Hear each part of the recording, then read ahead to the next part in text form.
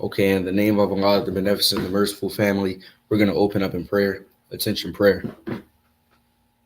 Bismillah ar-Rahman ar-Rahim.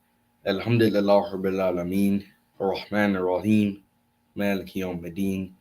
إياك نعبد وإياك نستعين اهدنا الصراط المستقيم صراط الذين أنعمت عليهم غير المغضوب عليهم ولا الضالين آمين. Assalamu alaikum, family. In the name of Allah, Master Fard Muhammad, the one true and living God, to whom praise is due forever, I bear witness that there is no God but Allah, and that the honorable Elijah Muhammad is his messenger. Peace, family. Welcome back to another wonderful episode of WHID-FM. WHID-FM is your personal platform where those of us striving to follow the life-giving, life-saving teachings of the most honorable Elijah Muhammad, as given to us by his premier pupil, the Honorable Minister Louis Farrakhan, gathered right here in this virtual meeting place to answer that most critical question: what has Islam done for me? It is Sunday, June 29th, 2025. And at this time, we're going to turn it over to that dynamic co-host of WHID-FM, our sister, Janine Muhammad, who is a superstar student here in the Ministry of Muhammad Mosque, number 6, under the leadership of our beloved brother, student Imam Abdul Salam Muhammad. Sister Janine. Assalamu alaikum, family, and thank you again for joining us for another wonderful episode of WHID-FM, What Has Islam Done for Me, where we hear the stories from our various guests of what Islam has done and continuing to do for them. I'm going to introduce our first guest tonight, who is Brother Craig Muhammad, who is a co-founder and director of Project Emancipation Now. PEN is a gang emancipation and violence interruption organization and has emancipated over more individuals from street organizations than any other entity in Maryland. Mr. Muhammad is also the director of the We Are Us Reentry Program and a part of the We Are Us Street Engagement Team and a published author. So we'd like to welcome Brother Craig Muhammad to the show, and I'm also going to welcome our next guest as well, who is Brother Alex X, who was born in Brooklyn, New York, and was first exposed to Islam via the 5% Nation of Islam. With the introduction in the 1980s of the crack cocaine epidemic into the Black communities of America, he, like so many others, was attracted to the world of drug dealing. This attraction began at the age of 19. Brother Alex reimmersed himself in the culture of the 5% Nation. This eventually led to his acceptance of the teachings of the Most Honorable Elijah Muhammad. This acceptance led to much enlightenment, but also persecution from the prison authorities and administration, which led to his placement along with many other believers from across the country within the Supermax Penitentiary in Marion, Illinois. After serving 3 years in this lockdown facility and 9 years in total, Brother Alex returned to Brooklyn, New York, and reported to Mod 7C, where he served as a part of Brother Hasfi's security detail. When incarcerated, Brother Alex was reintroduced to martial arts and continued to study once released, and has since produced a documentary called The Grand Masters of New York, detailing the history of martial arts within the Black community in New York City. So we'd like to welcome you both to the show tonight. Assalamu alaikum, sir. Wa alaikum salam, man. Praise be to Allah. We'd like to welcome you both on the show tonight, and thankful that you both on tonight. I want to get us first started in our first round of questions. So when we ask questions to our audience, we kind of like to get a background of where you came from and what brought you into this nation. Now, you get a little bit into your bio with the 5% Nation. What both made you say, I want to go from the 5% Nation to be a part of the Nation of Islam? Okay, thank you, sister. It was because I was a dedicated 5%er, meaning that I studied. And since I was incarcerated, I studied a lot. And I like to say that I studied myself into the corner, because although I had no desire to join the Nation of Islam, I paid particular attention to the writings. Even though I like to read in general, I paid particular attention to the writings of the Honorable Elijah Muhammad. And I guess you have it out here too. They had something called plus lessons, where brothers would just write lessons based on their understanding. You had so many of them in the prisons. I used to tell the brothers that were with me that if you run across a lesson or a plus lesson and you don't know if it's legitimate, always go with what I call the Honorable Elijah Muhammad. No, I just call them Elijah Muhammad books. And I said, if the lessons contradict with the Elijah Muhammad books, always go with the Elijah Muhammad books. That put me at odds with a lot of the older 5%ers because they didn't necessarily look at it that way. So I guess what I'm saying is what made me translate into the Nation of Islam was I just studied until I realized that every tree has roots, every branch has a tree, or every branch has a tree, every tree has roots. And it just led me to the roots of what I was studying. All praise due to Allah. And I'll refer the next question to Brother Craig. So, Brother Craig, when you're being incarcerated 42 years, can you tell us how did you mentally stay together and say, I'm going to be a part of this nation no matter what, no matter where I'm at or what condition I'm at?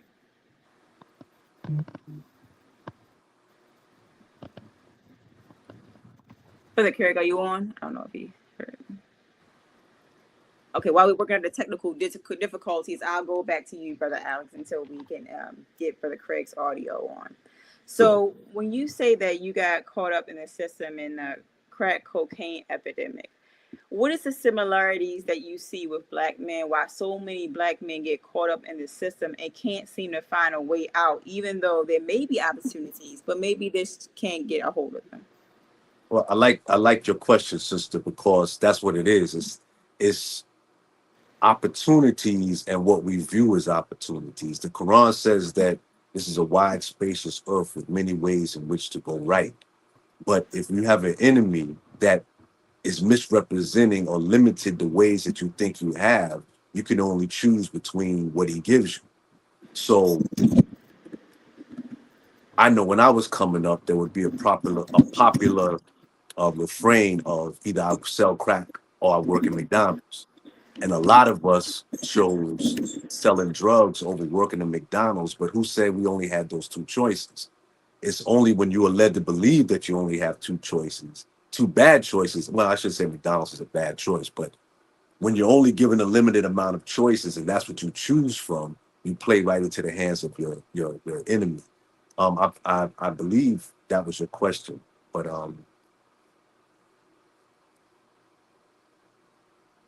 Yeah, that absolutely. And I appreciate you answering that question. And my next question, I want to follow up with you now. And this is just from the outside looking in. You hear a lot of people that get caught up in the system come out and they may say, well, once I'm out of the system, it's hard for me to get a job. It's hard for me to get back on my feet. So that's how they find themselves back around that same environment. How did you find a way? What did Islam do for you that allowed you to not fall into that trap of, well, I can't get back on my feet because I can't find a job because I'm a felon or I have this on my record? well, it's one of the first things you learn when you walk into a Muhammad mosque or pick up one of the books of Honorable Elijah Muhammad or any of his student ministers is you start learning about yourself. And when you learn about yourself, you learn about your people. And as the more you learn, the more the respect goes for yourself and your people. So when I came home, I wasn't looking towards white people to put me back on or to uh, allow me back into society. I went seeking out my own people. So right in our own neighborhoods, you have individuals that had jobs, and individuals that had opportunities, and individuals that looked like me that understood where I was coming from. A lot of people in our community, they have family members and friends they grew up with that did time, and they know that an ex-convict is not a boogeyman, and somebody that you could possibly trust and give a chance to. So my goal, or what I did, was I went to my own people. That was my plan from the beginning, and I've never had a problem with re-entering. And it goes back to your other question. It's the choices we think we have. So a lot of time we run into disappointment because we run into people who have no mercy. We run into people who have no understanding of us. You're running into the same people that put you in the prison in the first place.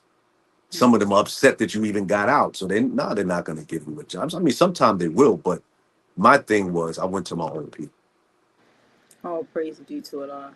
And I know you can't, I know I'm an MGT, so you can't give too much about the FOI class, but can you let those who've never experienced the FOI class know what has it done for the black man that no other organization can do for the black man? Uh, I'm glad you gave me an opportunity to tell one of my favorite stories.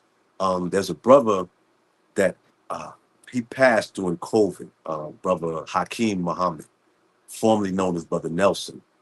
Brother Nelson was, Brother Hakeem was very, very instrumental in training hundreds of brothers because he presided over the orientation and processing class. So even though it wasn't FOI class, it was the prelude to FOI class because it was all men's.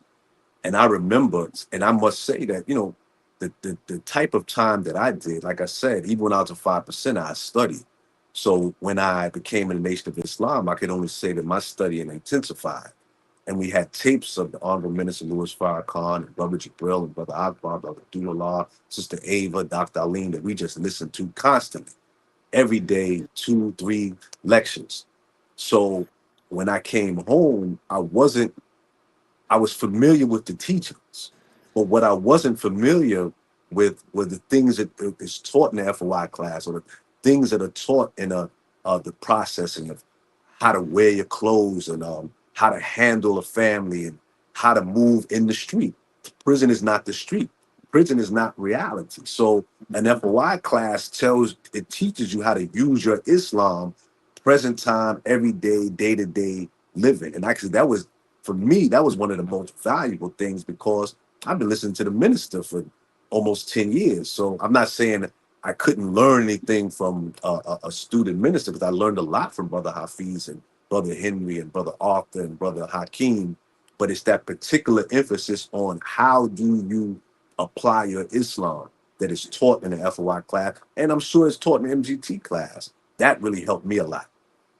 Praise be to Allah. And my last question before I turn it over to Brother West, you actually led me into my next question. Can you tell us about your fondest memories? I know I have my fond memories of student minister Hafiz. May Allah be pleased with him. But what fond memories do you have that when you think about it, it just makes you light up? Brother, I was in Dallas, Texas a few months ago, and I was talking to a few believers in the lobby of my hotel room. And I remember when I mentioned Brother Hafiz's name, one of the brothers in particular, Brother Tony X, I saw his face light up. And he had never met Brother Hafiz. I went to bed that night and I woke up in the morning with Brother Hafiz on my mind.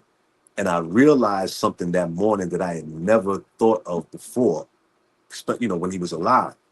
And that was that Brother Hafiz radiated Islam.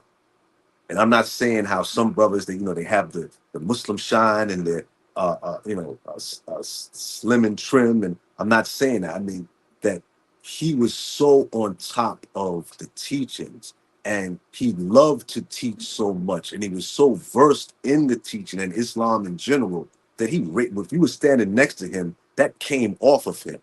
Like how we had a lesson that says, fire radiates heat, ice radiates cold, man radiates ideas. Brother Hafiz radiated Islam. And I know that's not a story, but the most recent thought I had of him was that. And I always said that if you were around Brother Hafiz and you bent down to tie your shoes, Brother Hafiz would tell you and teach you how to bend down, tie your shoes like a Muslim.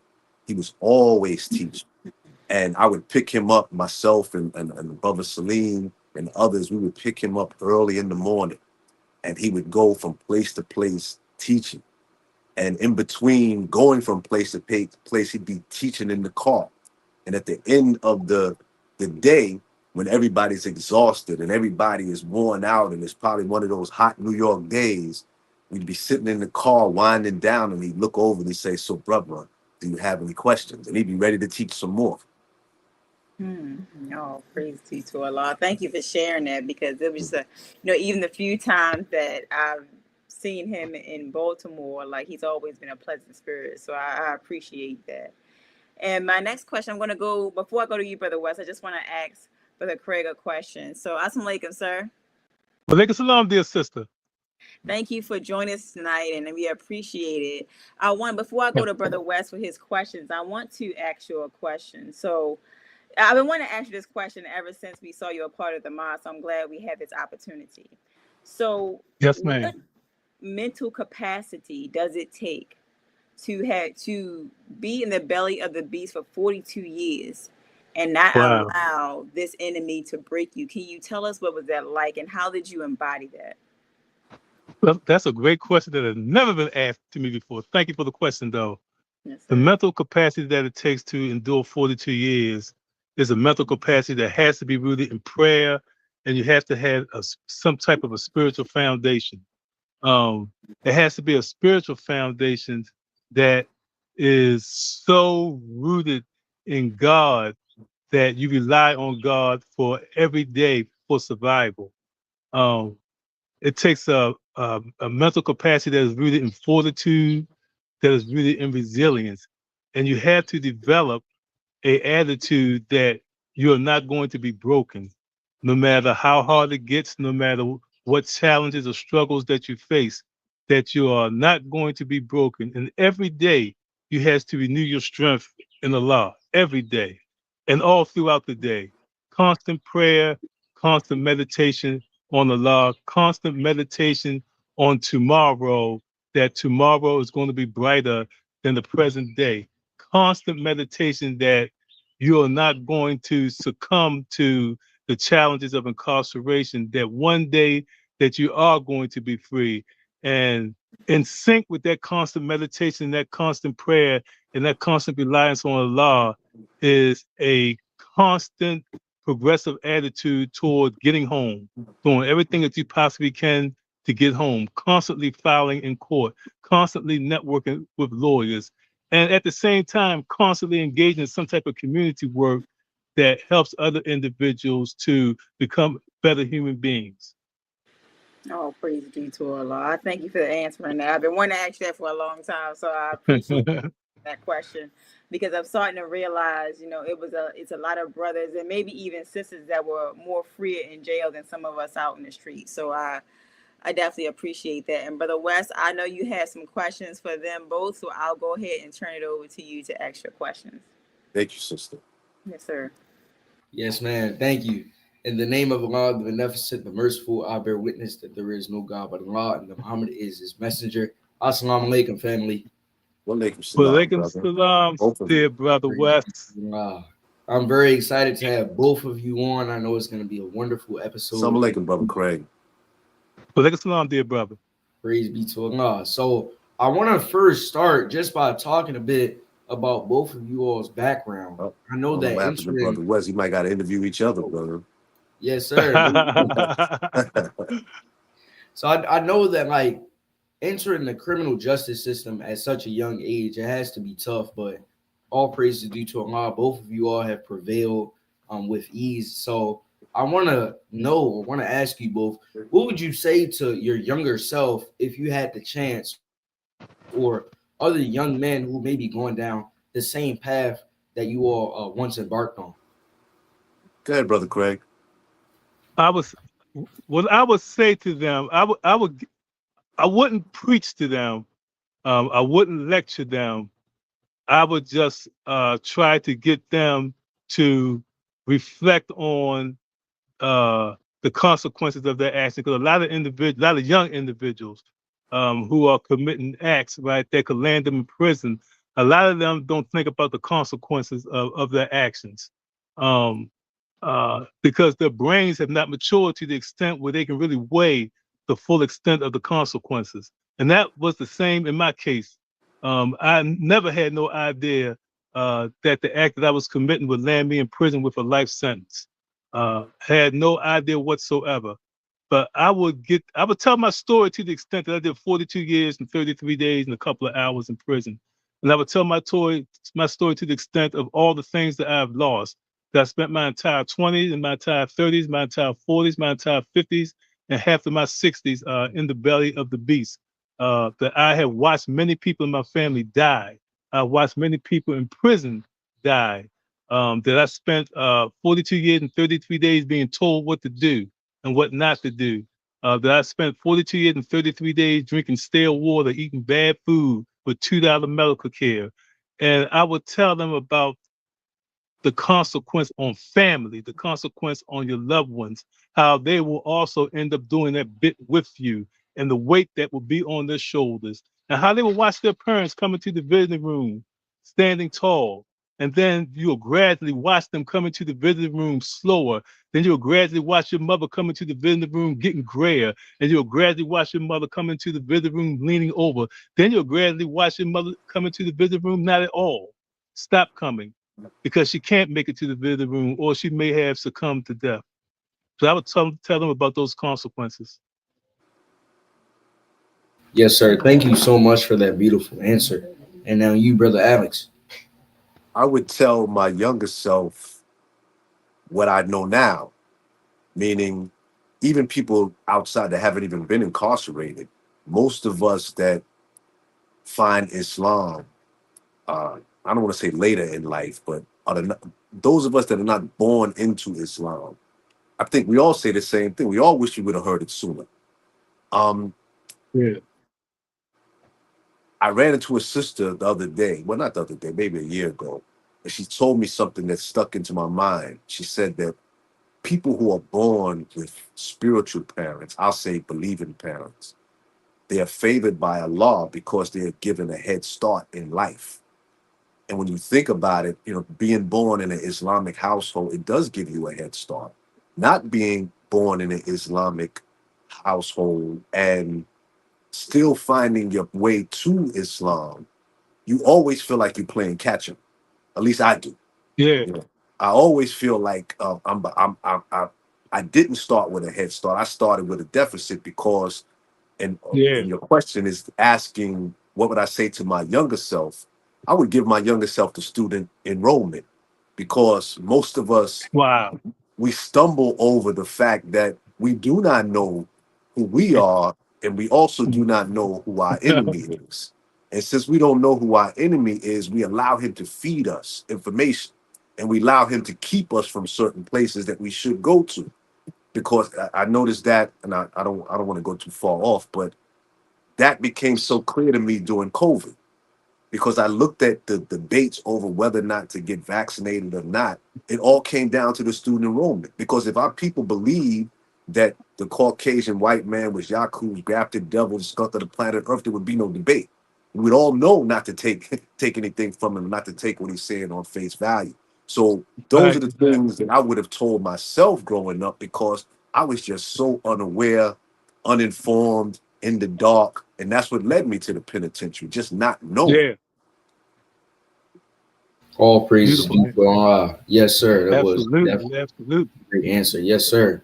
So my next question for you both, brother Alex, you mentioned that you wanted to hear Islam younger than a lot of brothers. I'm sure they could bear witness with that as well. So I'm curious, what about Islam attracted you during your time behind the wall? How did you grow to love the teachings despite not getting the traditional experience? Okay. And what was it like to finally come to an official mosque meeting and become a part of the brotherhood? Those are good questions. Well, in 1993, Minister Farrakhan spoke about Malcolm X, and he was speaking of the phenomenon of brothers going into the prisons and accepting Islam. And even though there is a percentage that may be out of protection and thing like that goes on, but that wasn't so much my experience, not with myself or others, as far as the Nation of Islam was concerned. Because the minister said that when you are living a criminal lifestyle, criminals have to be very concrete minded, mathematical minded. Criminal can't be spooked out and superstitious and Right. banking on luck and good fortune and rabbit's Right. foots and things like that. Right. So when a brother is has already adopted a criminal mindset and you end up in prison and you realize that all of the things that you thought had you failed you. The guns wasn't big enough, your friends couldn't stop them from locking you up, Yeah. your money couldn't get you out. All of the things that you thought were insulating you, they fail you. So you're sitting in Right. prison like a person dropped in the middle of the ocean looking for something to grab onto, and you're looking for something, but you're still not stupid. You're not gonna pick up something that's gonna make you give up your pragmatism. That's gonna make you give up the Right. way that had kept you alive that long. You're alive because you were aware of certain things, and you were very calculated in how you move. So if you're gonna pick up a religion, or you're gonna pick up a God, or you're gonna pick up another way of life, it has to be practical too. So the Yes. practicality of Islam and the way that Islam dealt with our condition. See, most people, you come from a certain background, you study that religion, it doesn't say nothing about you in your background. It doesn't address you. They just want you to just fall in line. But Islam took us Yeah. in no matter what way of life you came from. So being in prison and a young man, and there was, not only was it Islam full of things that I could go for, Islam was full of material and teachings that attracted me. And you said about the coming home to a mosque meeting. Yes, Uh, sir. that's another thing, brother, that I'm glad you asked, because, and I'm going to be brief. When you're in prison, one of the first things you learn is how to front. Meaning, if it's your first time behind the wall, you can be scared, you can be fish out of water. You learn not to show that. So you learn to walk around like you belong there, even though you don't know where you are, and you're traumatized being locked up. But you learn very quickly, or you don't. And if you don't learn it, like Moses Powell said, if you act like you don't know where you're going, somebody gonna find you. So you moving in a way like you belong someplace that you don't belong in. Now you do 10, 15, 20, on brother's case, 40 odd years, moving like you know where you belong somewhere, and in the process of that you accept Islam. Then you come home to the mosque, you still moving like you know what you're doing. But how could you know what you're doing? Brother just did 40 years, another brother did 20 years, another brother, some of us never even, we've been practicing Islam in prison for 5, 10, 15, 20 years and never seen a mosque. When I came home, I had Yeah. never worn a suit. I had never seen an MGT. An MGT to me was like a Martian. You know, we're told there's life on Mars, but I never saw a Martian. I heard about MGT, but I'd never seen one of them either. I had never seen a little child Muslim. So, but you come home and you lifting weights and your skin is shining and you know your lessons. Sometimes the believers take you at face value because you look like you know what you're doing. You look like you belong. But how could you belong? You've never been there before. And so we miss a lot of opportunity, and it's nobody's fault. It's nobody's fault. It's just we don't understand what we're looking at. The brothers come Right. home, we don't understand what it is we walking into completely. And the believers that are there that were holding the doors open for us, they don't understand really what they're looking at either. So a lot of misunderstandings happen, and a lot of us don't survive that transition because of the misunderstanding. Because Honorable Elijah Muhammad said that misunderstanding is the hell of man. Yes, sir. Thank you very much for that answer. And you, brother Craig. Yes, sir.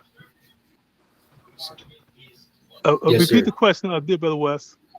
Yes, sir. Definitely. So I was asking, what attracted you both to Islam during your time behind the wall, and how did you, grow to love the teachings despite not getting that traditional experience? And then also, what was it like to come to an official mosque meeting and become a part of the brotherhood? What attracted me to the teachings of Honorable Elijah Muhammad was the militancy. Um, I was just so attracted to the brothers, the way they moved, um, how in sync they were, their organization, how serious they were. And I thought at that time that was very important, that it could help me with my growth and my development. What it showed me that the whole time that I was in prison, even before I went to prison, because I come from a single parent home, that I was really looking for a father figure. I was really looking for a man. And I found that in the militancy of the teachings of the Most Honorable Elijah Muhammad. Um, that's what first attracted me to Islam. And once I went to that first meeting, Man, I was hooked, man. I went to that first meeting, I think, in 1992, when I was at the Jesuit Correctional Institution. At that time, it was called the Maryland Penitentiary Annex. And once I went into the malls, I just excelled, man, because I put my all into it. I just excelled through the ranks all the way up to the captain. And because I love the militancy so much, because it became second nature to me, everywhere I went, I just became a trainer of men, a trainer of some good men.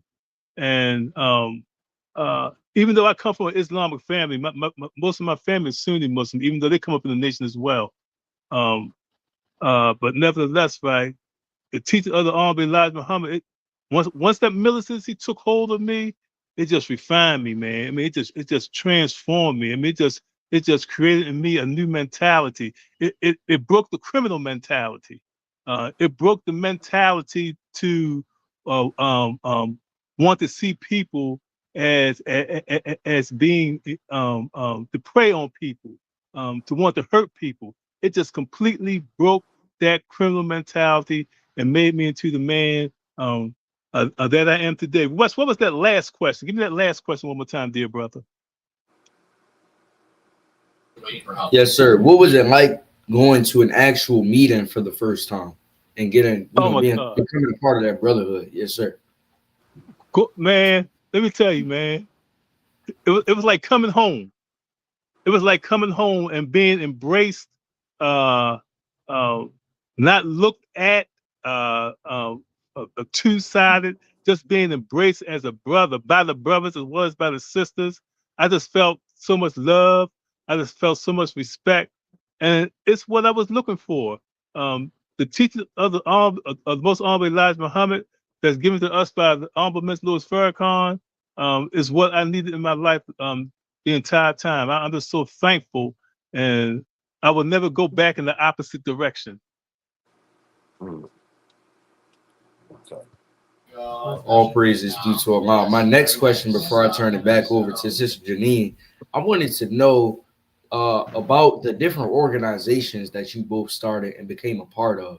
So, Brother Craig, Wow. I know that you started the PEN, and then also, Brother Alex, it was the martial arts Yes. training. Yes, sir. So, what was the Yes. Well. importance Yes. of doing Well, so in your eyes, in addition to registering in the Nation of Islam? Okay. And well, we can let me start tell with you you, Brother about Craig. PEN. Yes, PEN sir. is an acronym for Project Emancipation and PEN started out as a gang emancipation organization at the Jesuit Correctional Institution. And what we did is PEN, right? We recruited some people in the prison system who had very good reputations, who were very credible. They didn't necessarily have to be Muslim. They just had to be people who were very credible, people who had good reputations. And what we would do, we would use our influence in the prison system to emancipate people from gangs. We would use our influence to go to the gang leadership when there was someone who wanted to get out, and we would persuade them to release them to PEN with the guarantee that they would not go back into the gang lifestyle, with the guarantee that they would not go back to the criminal lifestyle. And under PEN Project Emancipation now, we have emancipated more individuals from Bloods, Crips, Black Guerrilla Family than any other entity in the state of Maryland. And no other entity in the state of Maryland has broken that record yet, and we keep accurate records. After that, we evolved into a conflict resolution organization. Then we evolved into a victim community impact services organization where we would bring victims of crime into the institution who would talk about their trauma after having crime inflicted on them. And we would use that platform to help them heal, but we would also use that platform to educate individuals in the prison system on the impact of crime and the consequences of their actions on other human beings. At this moment, we're trying to bring PEN to the community, and we believe that we're going to be very successful doing that. Okay, bro. You said you wanted the martial arts. Well, anytime I tell people this story, I'm always a little reluctant because it sounds kind of fantastic. But I ran into a brother. There was a brother in the particular prison that I was in that took it upon himself to train young brothers in martial arts. But doing the fact that in prison you're not supposed to practice martial arts, You're not That's supposed right. to teach martial arts. You're not even supposed to have martial arts books, nothing martial arts related. So he That's had right. to, this particular brother had to, you know how a lot of people, they develop their own style of martial arts. He developed his own style of teaching martial arts. So he taught like what I call backwards, meaning if he liked you and he decided he wanted to teach you, all he taught was uh like let's just say brutal tactics. Now, because of that, he knew he was being kind of irresponsible. So he had a motto where he would only teach Muslims, even though he didn't claim Islam himself. And the reason for that is that he felt that Muslims were and are men of peace. So me teaching these things to a Muslim, I don't have to worry about him using it over the telephone, or him using it over the television, or him using it over some homosexual tendency he may have developed or came in with. Yeah, So we were able exactly. to we were able to train under him, and Allah's hand was on that because in prison you have everybody in there is paid to watch you. So you're not supposed to have time where you can Exactly. do something like that. And bro, we used to train in the chapel every day like it was a dojo, and nobody ever came in there. I mean, it would be before, Wow. 'cause at the time I was in a medium security. Um, and while there, the security was a little more lax, and I had a job in the chapel. So I would ask them to open the door in the chapel so I can get a head start on my work. And when they would open the door, the brothers would come. It was just maybe four of us. We'd come in and we would train for an hour, 2 hours every day. Then we would train in different locations where they played the music, or we trained in bathrooms. We just moved around, but there was a group of guards that knew we were trained and they were trying to catch us. So we had like a little Tom and Wow. Jerry thing going on for a moment. And but I know that was a lost hand because what I learned from that brother allowed me to pick my teachers wisely when I came home. Because martial arts, just like anything else, is full of chicanery and tricks. How you doing, bro? So yeah, so that was my experience with that. All praises due to Allah. And with that, we're going to turn it over to you, Sister Janine, for the rest of our questions. Thank you, Brother West. I want to ask some of the questions. I don't want to miss some of our audience questions in the chat. So I'll start to the first question that was in the chat from user Overcoming the Willie Lynch Syndrome. She said, Assalamu alaikum, would you both agree that what you have endured didn't happen to you, but happened through you for someone else? And we'll start with you, Brother Craig.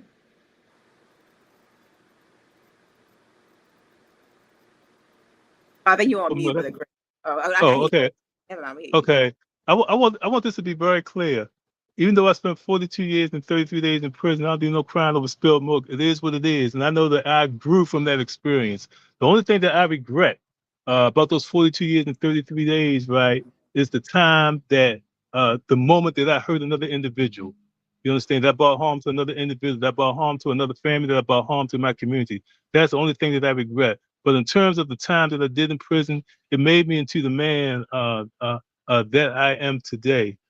So look, Sister Janine, it is what it is. I mean, it really is. My focus right now is on having a very positive impact on other individuals, have a very positive impact on my community, continue to grow and evolve into the man that Allah wants me to be, and just to continue to be the best version of myself. Yes, sir. Praise be to Allah. And what about you, Brother Alex? Yes, I like that question because um, when I was arrested for that particular case, it was in a strange time in American history because that was when the United States government had first decided to start locking up young black men and throwing them in the federal prisons. So prior to that, you had to be a certain caliber of criminal to go to the federal prisons. So now you got these young guys selling crack that you're throwing into the feds, And this is how we say, our enemy plans, the law is the best of planners, because this is in 1989. So we're running into brothers that were bank robbers. We're running into old Black Panthers. We're running into Nation of Islam Muslims who had been in prison for 20 years, who came up under the Honorable Elijah Muhammad prior to 1975. Those were the brothers that were waiting to be our teachers. So we started learning Islam from them, and they produced a second generation of young brothers who was just learning Islam, running into Islam, had all of this time. And I like to say that if Islam was a wet rag, we wring it dry, meaning that we can get all that we can get in that environment. We soaked up and we drew from it as much as we could, only to come home to not finish, but to continue our training and to continue our education in Islam. And the beautiful thing about the Nation of Islam is that I like to say, everything that we've learned and experienced, it all goes into the same pot because it's the same nation. So like you have somebody like, say, Dr. Wesley, who I don't know how many years he had to go to school to become Dr. Wesley, but now us being a part of the Nation of Islam, his knowledge and his studies is part of the pot. So we're able to draw from his wisdom and his studies without having to go through the particular studies. So now you have somebody like Brother Craig, did 43 years, comes home, he can help a brother who's never seen the inside of a jail cell, because it's all part of the same pot. And the particular Islam that you get in the prisons, because Brother Jabril once said that everywhere where the Honorable Elijah Muhammad walked, meaning that he lived, so places like Chicago and Milwaukee, Detroit, and Washington, D.C., it said it in Arizona, that everywhere the Honorable Elijah Muhammad walked, he left something there for the believers that came after him in that particular place. Well, we know that the Honorable Elijah Muhammad walked in the federal prisons for 4 years. And I bear witness that he left something there for us. And what he left in there for us, those of us that were blessed to come out, we're able to share it with those that have not been in that situation, but who are a part of our nation, and those who are not a part of our nation, knowingly. Yes, sir. Praise be to Allah. And I want to thank Sister Loida for that question. The face where your hand was covered in your face picture, Sister Loida, so I didn't know it was you. But we thank you for that question. I'm going to go to the next question in the chat. And this question says, Assalamu alaikum, please ask Brother Alex what he witnessed in the hospital regarding Chief Professor and how he positioned himself in his hospital bed. Oh, wow.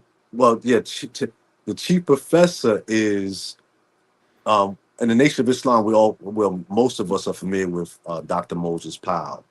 We are familiar with what he taught, his martial arts system called Sanukis Ryu Jiu-Jitsu. Some of us are familiar with the fact that he, as a teenager, said he prayed to Allah for a martial arts system for the modern day man and woman. The chief professor is, without doubt, the most knowledgeable person of that system that's walking on the planet. There's nobody that he's like an encyclopedia when it comes to what Moses Powell taught. He's dedicated his life to it. And when he went into the hospital a few years ago, had to have a lemon-sized tumor taken out of his brain. He had brain surgery.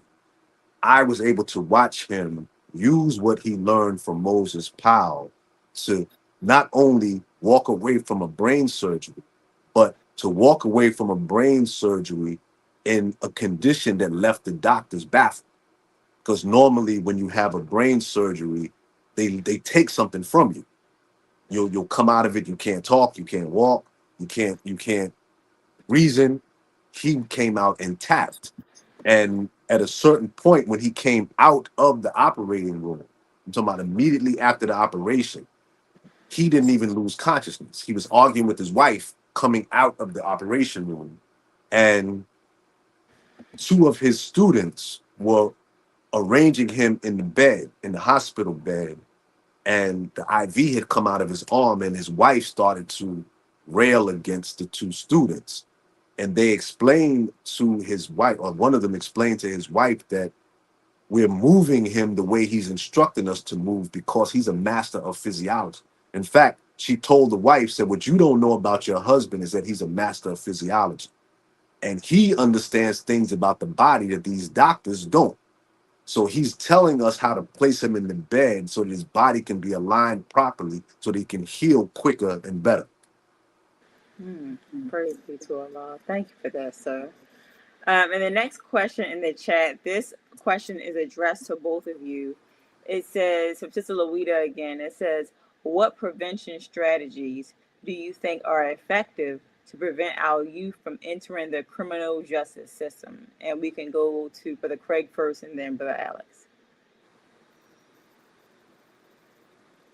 Prevention a strategy is education, educating them on the consequences of criminal activity, not just on themselves, but the impact on the community. And as I said before, the impact on their loved ones, those whom they care about most. The second prevention strategy, right, is showing them love, because a lot of our young individuals in the streets today, right, they just want some love. And because I'm a part of the We Are Us street engagement team, I'm constantly in the streets, I'm constantly in hot zones. I understand the far-reaching effect and impact of love. Just an act of kindness, just showing compassion, just showing a little bit of sensitivity, trying to look beyond their faults. Even though a lot of our young individuals, they're rough, a lot of them are killers, a lot of them are insensitive, a lot of them are incompassionate, right? Sometimes love can break through that armor. And we have found that to be true with the tactics of We Are Us street engagement team. So education, love. And once you show them love, once they begin to loosen their armor a little bit, then you can slide some other things in there. You can slide some other things in there about like spending time with them, like being a big brother, a role model, a big brother image, being a father role model or a father image. Sometimes they just want somebody to let them know that they mean something in this world. The second strategy is getting them involved in the community activity that shows that they have a stake in the community. Because a lot of time when individuals see that they have a stake in their community, and they would think twice about bringing harm in their community, they would think twice about bringing harm to other people in their communities. Street engagement is something that I love to do. It's like second nature to me. And the tactics that I just mentioned to you, they are proven strategies that are effective, very effective. Yes, sir. Praise be to Allah. What about your take on it, Brother Alex? Yeah, well, I say it the way, and thank you, Brother Craig. I You're welcome. I'll say it the way the Honorable Elijah Muhammad said. If you have a dirty glass of water, you don't have to criticize that dirty glass. Put a clean glass next to it, and the people will choose the clean glass every time. And see, our people, and another beauty of the teachings of Honorable Elijah Muhammad is that it gives us the blueprint to ourselves. So we know the nature, not only of ourselves, of our people. So nobody, no person, black person, let's say, wants to Yes. be in a gang. Yes. No Yes. brother wants to stand out on the worst corner in the neighborhood and deal with what comes with that. Nobody Yes, wants to brother. sell drugs. Nobody wants to So run up and true. nobody wants to So make a true. living like that. It's just that goes back to what you asked earlier. We only choose it because we think we have no other choices. So we'd rather do that than other things, but we don't want to do any of it. In fact, I'll say this: you take the 5 richest black people that we know of, even them, they're doing the choices that they're given. I remember when I was coming up, it was Oprah. You think there was shows Oprah didn't want to have that the shows Oprah wanted to have that she couldn't have because she still had the enemy breathing over her neck. That's right. Jay-Z and all these, they probably got books of rhymes stacked up in their closet of records and that they can't make because they got this enemy breathing over their back. So knowing that our people, we're only picking from the crumbs that they give us, even if they're big giant crumbs where you make a lot of money, Yes. it's still the crumbs that they give us. So what we do is we present the clean glass. The problem Yes. today is with the internet, the clean glass used to be the word, used to be enough. But the problem with the internet is that everybody's talking now. So the fact that Yeah. everybody's talking now, the word still has power, but the people are not as receptive to the word because we just sound like somebody else talking. So now we Yes. have to take the word that we were given, digest it so they can see it. We have to be the word. I mean, that's always been our way, but that's how you're gonna get them now. Because a lot of them, if you notice, they don't move by just talking as much as they used to. Now they have to Hmm. see, because as we're taught, light travels faster than sound. They're gonna see you before they hear you anyway. So once we digest Islam and we start to reflect it and radiate it, sort of like I said about Brother Hafiz, that's how you get the people. Because now us in our person, we represent not only the clean glass, but we represent an opportunity they didn't know that they had. That's a way for me. Because again, like I said earlier, Yeah. the Quran says that this is a wide, spacious earth with many ways in which to go right. But our enemy, Hmm. he hides the ways from us. We represent the way, but they have to see it in us. So Yeah. true said, brother. Praise be Well, to very well put. Thank you, praise brother. be to Allah. Thank you, sister. Now I know I said I was going to turn to Brother West, but it's, a question just came to mind. I want to ask you both: do you both think that, like the kind of movies like Scarface and The Godfather, do you think that has any influence on some of our young people thinking they want to be gangsters, or is it really kind of not really? It's really more so their environment. You want to go first, brother Alex? No, I would like you to go, brother Fred. Okay. This is what I think. I think that I think that that negative attitude and that criminal mentality, I think that they adopt that before they're even exposed to a lot of negative imagery through the media, whether it's video or whether it's audio. I think that criminal mentality is more so embedded in them just from the streets. I mean, it's like this. Once once a young individual goes into the streets, the all other controlling factors lose their influence. They become they are controlled by another dynamic, which is the streets. And as much as they may love the mother, much as they may love the sister, much as they may love the nieces and nephews, right? They lose that positive influence on them because they have gone into the streets. Now, once they are exposed to music, once they are exposed to music, yes, that can reinforce it, you know, but there's so much dysfunction in our homes and so much lack of love in the homes that they turn cold. They become insensitive. They become insensitive to other individuals, to how other individuals feel. And it's so easy for them to hurt individuals. So I think that the enemy knows what they're doing. The Honorable Minister Louis Farrakhan teaches us that. The Honorable Minister Louis Farrakhan teaches us about the dysfunction of the home and how the enemy is working hard to keep the home divided. He teaches us a lot about the Willie Lynch system, which is very active in our homes. So I think that once the home is dysfunctional and they turn to the streets, and then they are exposed to music, then they are exposed to other imagery, right? Which just reinforces that negative attitude, just reinforces that insensitivity. So that's my take on it. Some people may have other takes on it, but I really think that that just think about, consider what I just said. Yes, sir. Praise be to Allah. And what about you, Brother Alex? Yes. Thank you, brother. Uh the Honorable Elijah Muhammad said that one of the things that our enemies vowed never to teach us is the science of warfare.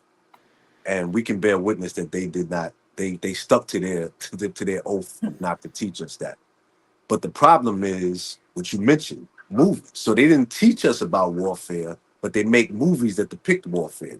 They make movies that depict martial art. They make movies that depict the streets. So here we are like a blank slate, not being raised to even know what these things are. And they give us their idea of what it is.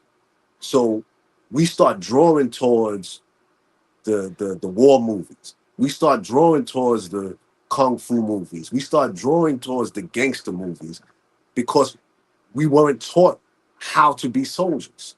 We weren't taught how to be warriors.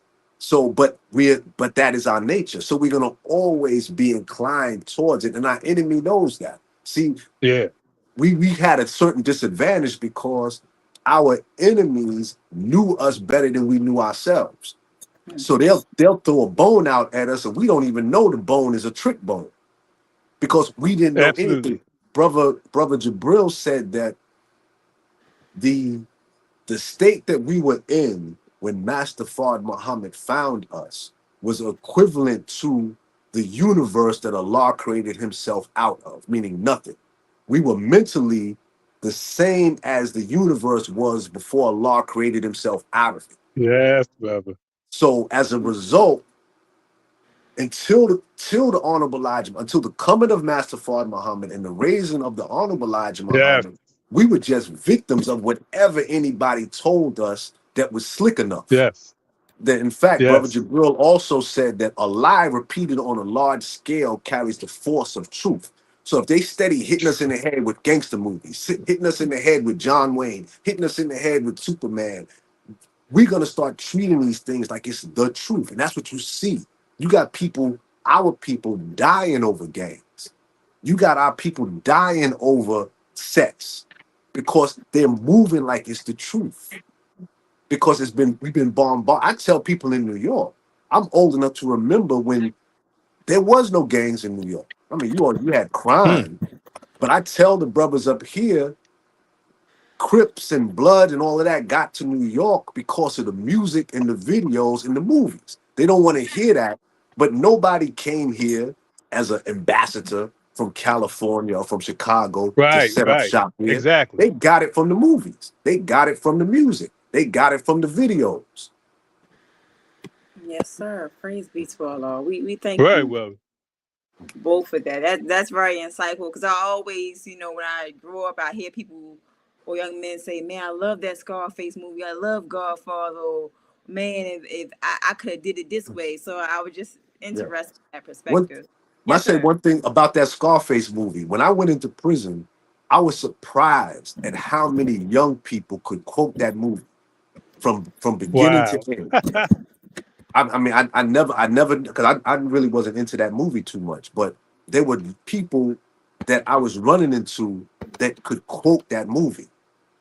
That's serious, man. That's Yeah, so crazy. yeah, I've seen it. That's what made me think about it. Yeah, Mm, it's very true, and we tend to glorify as if it's something, but maybe they're glorifying what the things they receive from that. Maybe it's. mm. I just always thought about that, so I appreciate that. And at this time, I'm going to turn it over to Brother West, who is going to give us our station ID. Then he actually has a couple of questions for you as well. Brother West. Yes, ma'am. Thank you. In the name of Allah, the Beneficent, Merciful. Family, you are tuning in to listening. You are listening to WHID-FM. Thank you for tuning in and spending your valuable time because Thank without you. you, there is no WHID-FM. If you have any suggestions, please email us at WHID1919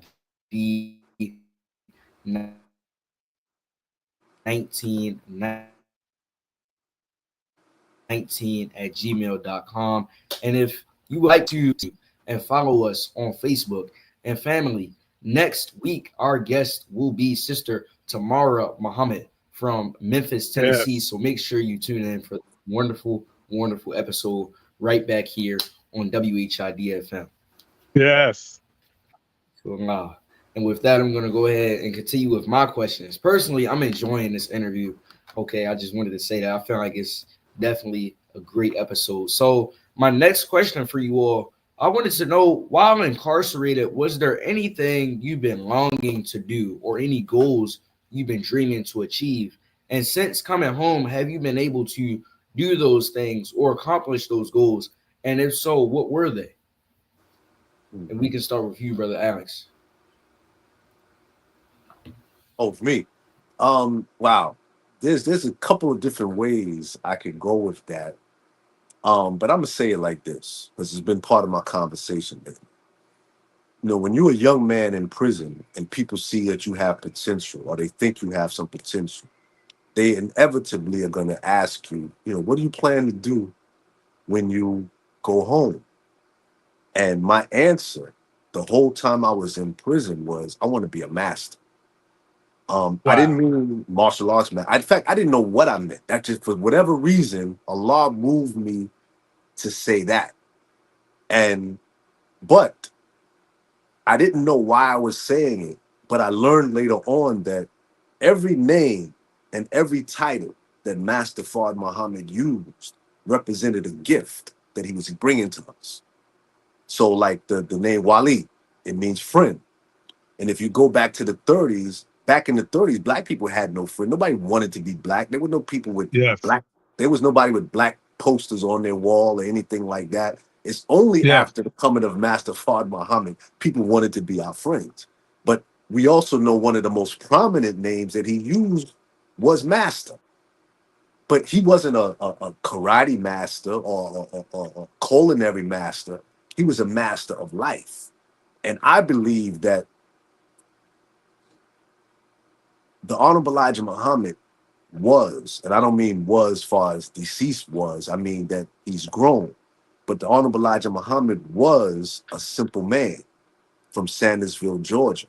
I believe that with a simple man from Sandersville, Georgia, that only got to the fourth grade, I believe that was one of his crucial ingredients because here you have a simple man sitting down with the best Noah, the supreme ruler of the universe, being given the root of the wisdom that governs the universe. But still, when it came through the Honorable Elijah Muhammad, it came out simple. And that's the mark of a master. A master is one who knows how to simplify complicated things.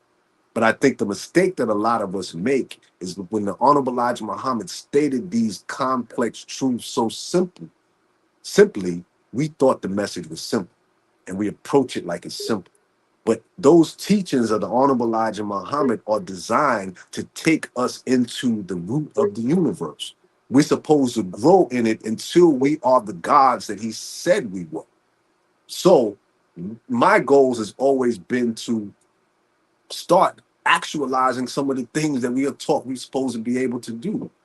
We're taught that our scientists write history in advance. We're taught that Jesus was able to tune in, and that we have instances of Mother Tanetta and the minister Honorable Elijah Muhammad being able to tune in. We're taught all of these things of our potential, and I have minor goals, but that's my major goal. I want to start actualizing some of these things that we're taught.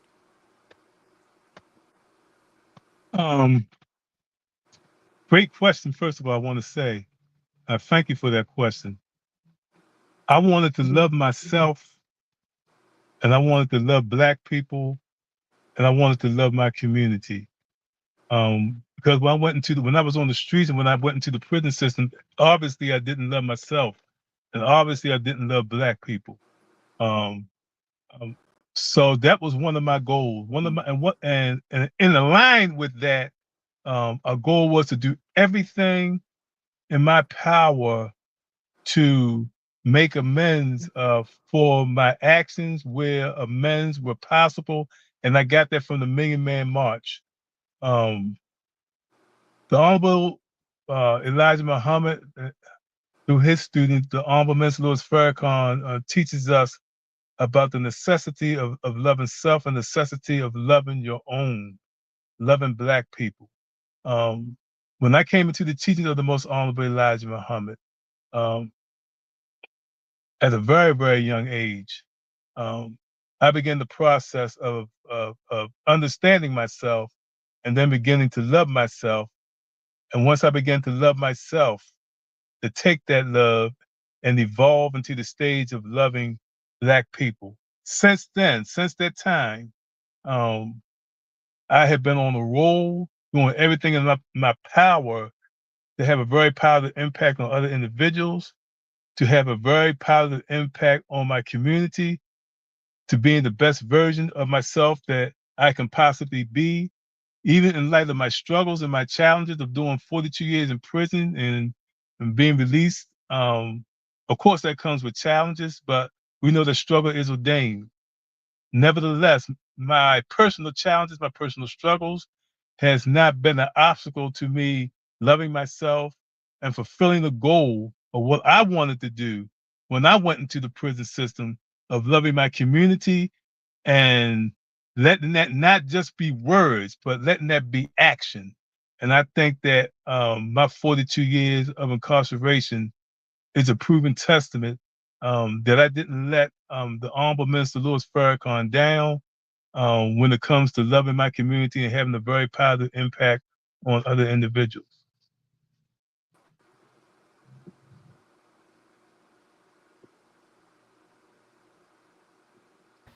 My apologies, I was on mute, family. But yes, sir, thank you again for that beautiful answer, dear brother. So we actually had a question in the chat from Sister Tia Courtney, and she's asking, does reading certain books while incarcerated place a label on an inmate, such as George Jackson or the Honorable Elijah Muhammad's books? So I was actually going to ask a similar question to that. And I personally wanted to know, I guess I'll add on to it just a little bit. When they read certain books like that, such as the Messenger's books, uh, are they particularly marked or do they receive backlash for indulging in, those type of books like that? Well, the books themselves, I mean, the people that work in the prisons, they're very familiar. I mean, it's not so much the books, it's how you actualize. They're more worried about the people. But Yeah, at the same time, they they reluctantly they respect us because see, those guards, you might be in a joint for years and years, and they see you whether or not you're for real. They see whether or yeah, not absolutely. you're sincere about what it is you believe. There's no secrets in prison. You know, if you drinking hooch, you smoking weed, you messing with boys, you anything that everybody else is caught up in. If you say you followed Honorable Elijah Muhammad and you're caught up doing it or you're doing it, people are gonna know. But when you're not doing those things and you are living, because that's what I read this one time that a soldier is that unique individual who actually lives what he believes. When they see us living what we believe constantly, year after year without let up, there is a grudging respect that they have. And to be honest, I don't know, Brother Craig's experience over that amount of time may have been different at certain points, but they pretty much leave us alone. And there'll come a time when we'll clash because that is the enemy. So the clash is inevitable. It happens, but you know, to the way that they see us moving. See, a lot of them come from the military, and Yeah, they can't help but respect when you moving militarily. When they see that, just they see your shoes shine. They see the way your bunk is made. They see the way we stick together, the way we move. You know, there's a certain respect that you're not going to give to a gang member. There's a certain respect that you're not going to give to nobody else because nobody else moves like us. Now, as far as the books, um, I've had more problems with trying to get like martial arts books because they're not. Well, let me put it this way. One of the paralegals who was a brother, he passed me one day. He said, "You're not getting a problem. They're not giving you a problem getting your final call newspapers, are you?" I said, "No, sir." He said, "Yeah, because the skinheads were making a big deal about y'all getting your paper, they not being able to get theirs." He said, "But I took it." He was a paralegal. He said, "But I told him Nation of Islam already went to court for that.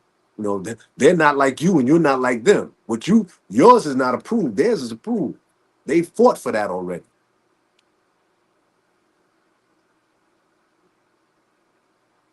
um, wow.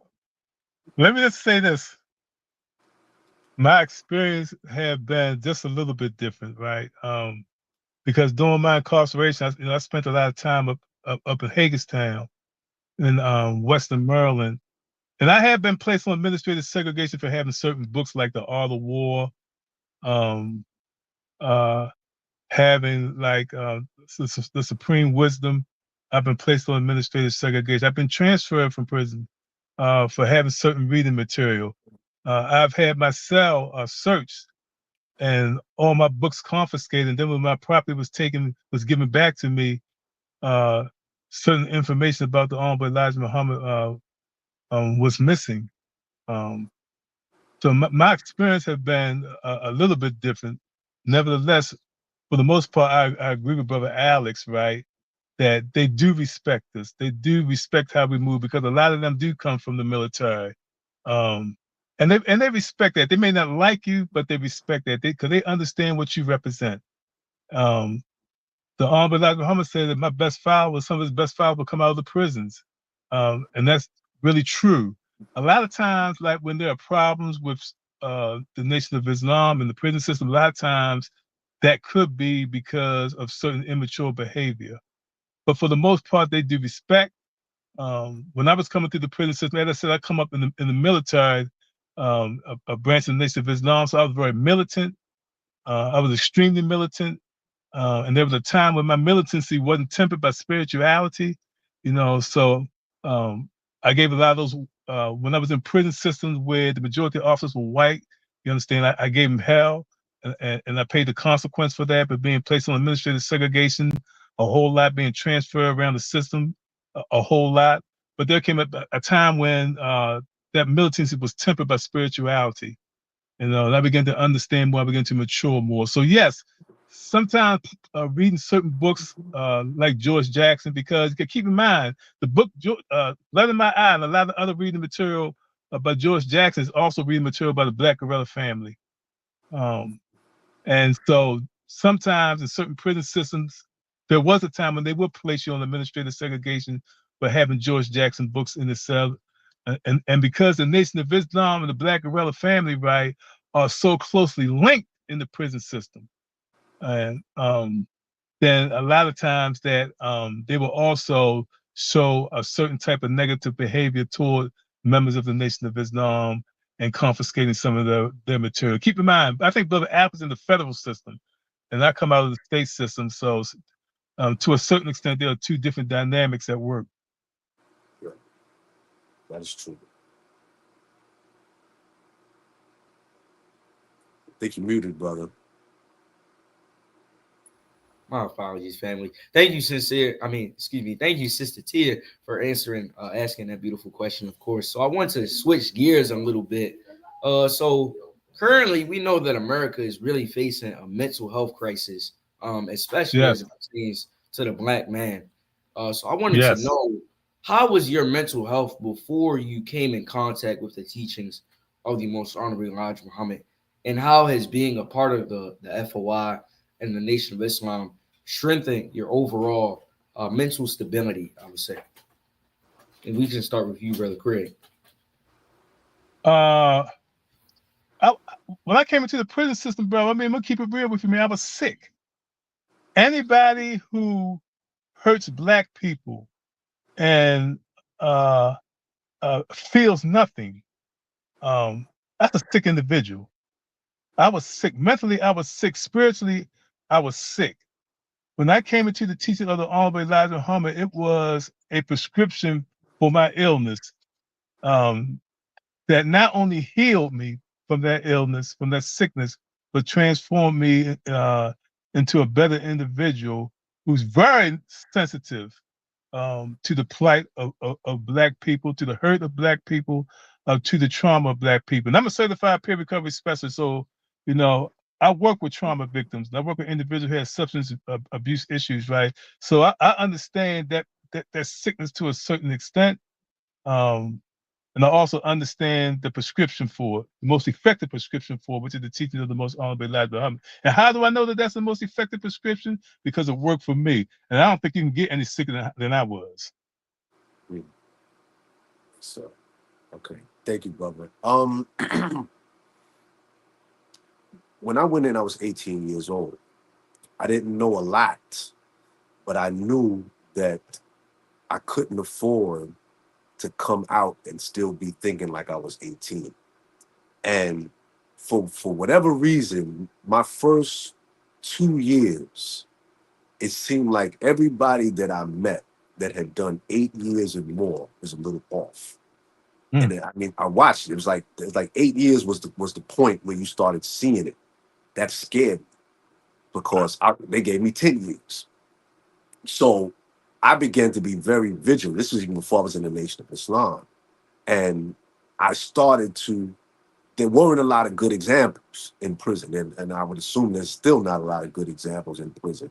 So I patterned myself to do the opposite of the ones who were the bad examples.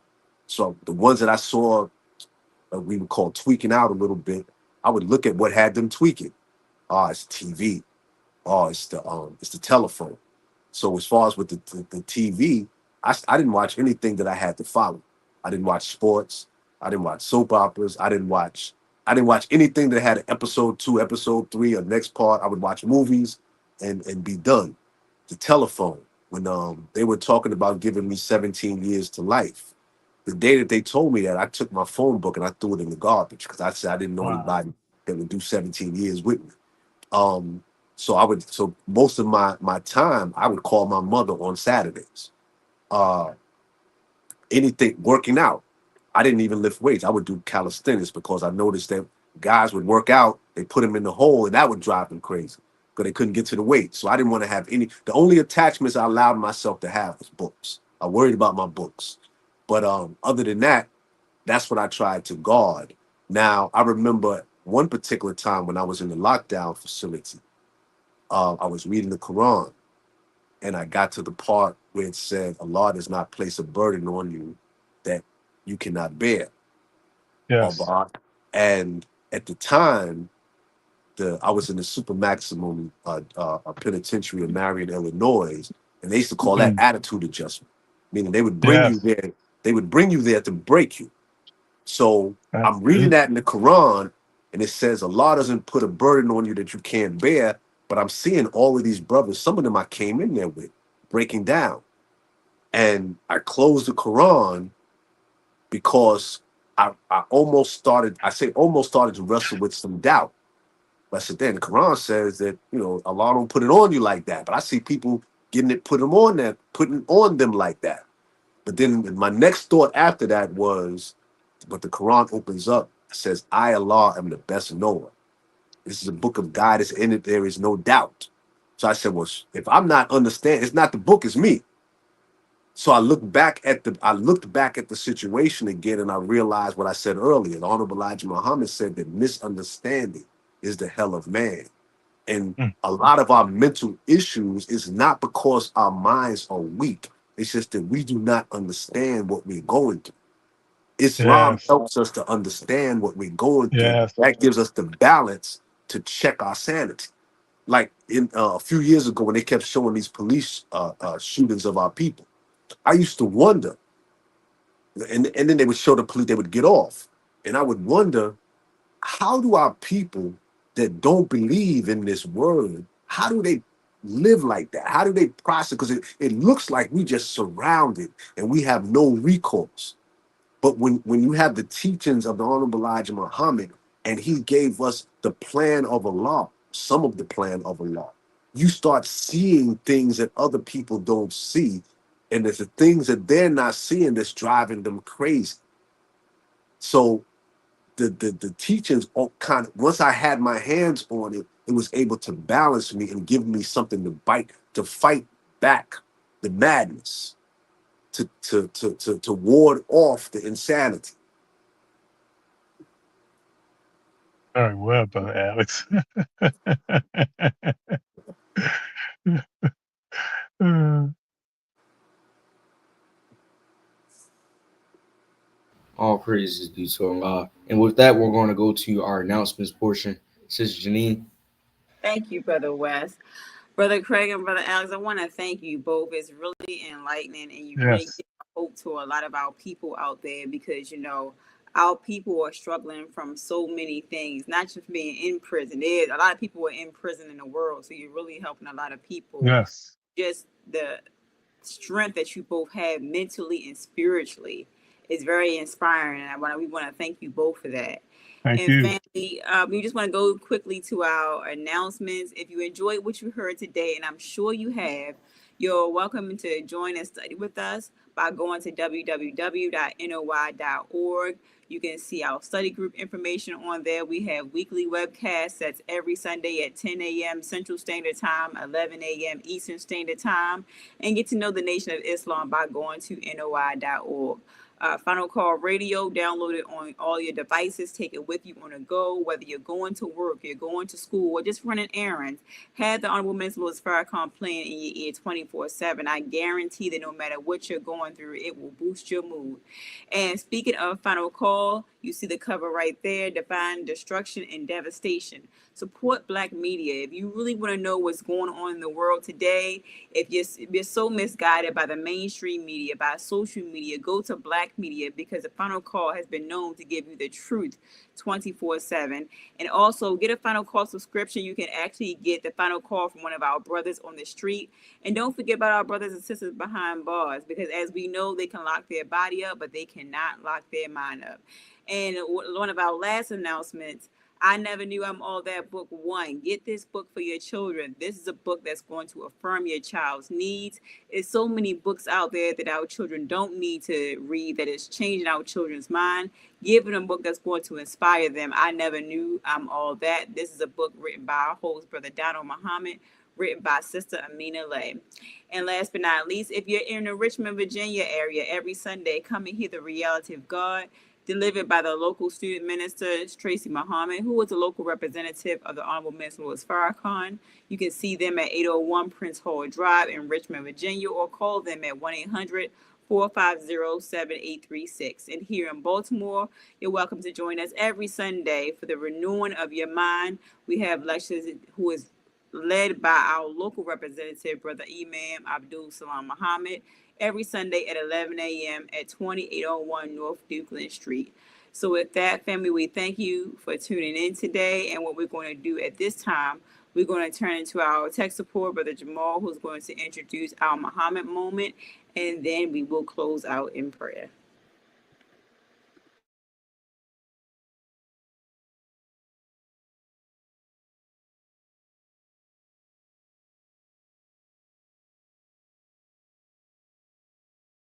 Not for everybody. This is just for the few who are called and chosen and born to do this work. Yes, sir. Now, what is the work? What is the work? Look, if it's time for the white man to sit down, the white man is not going to sit down until the next ruler stands up. All right. Come on, talk to us. You don't expect the white man to just say, well, yes, my time is up, I'm leaving, thank you very much, adios. No. The white man is not going no place until his replacement is in place to challenge him for the place. Come on. How can you challenge anybody for your rightful place if you are dead to the knowledge of yourself and your place?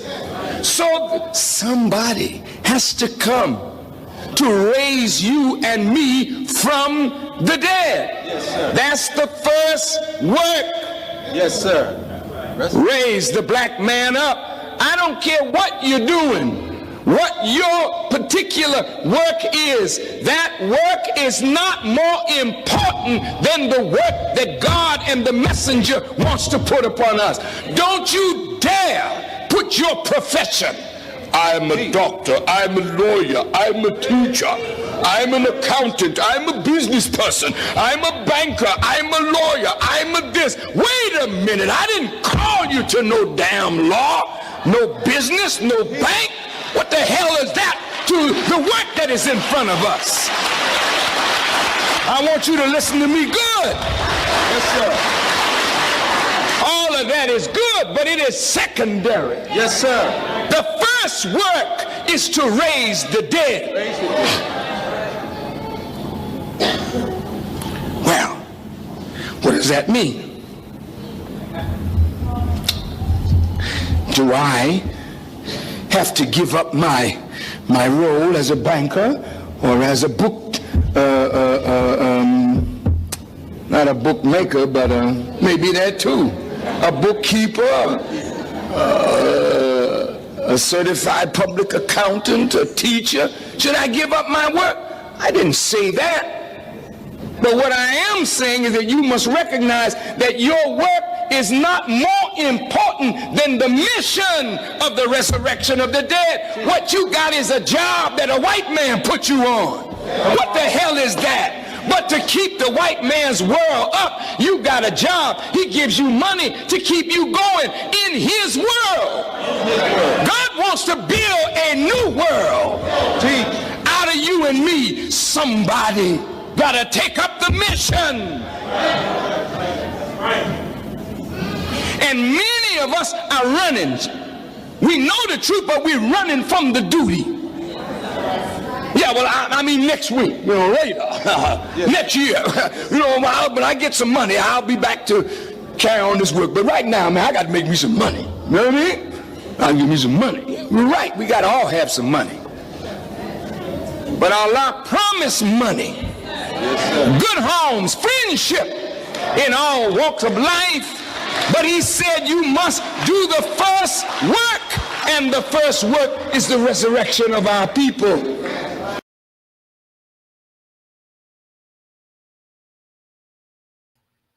Okay, attention prayer. Bismillah ar-Rahman ar-Rahim. Alhamdulillah Rabbil Alameen. Rahman ar-Rahim. Malik yawmiddin. Iyaka na'budu wa iyaka nasta'in. Ihdina as-sirata al-mustaqim. Sirata alladhina an'amta alayhim. Ghayri maghdubi alayhim wala dallin. Ameen. Assalamu alaikum, family. My album. It's an album that speaks from the pain of the heart of a little boy wanting to see his people free. Yeah, this is Big Snoop Dogg, coming at you live and direct. This is a project that attracted some of the most brilliant, award-winning musicians and artists. Let's change the world, let's change the world, let's change the world. Whoa, let's change the world, let's change the world, let's change the world. Let's make hope for the future. Brother, brother, brother, what will you discover if we come together and do it like we never? I'm just sick and tired, I'm fit to light the fire. Now put this on the wire, the devil is a liar.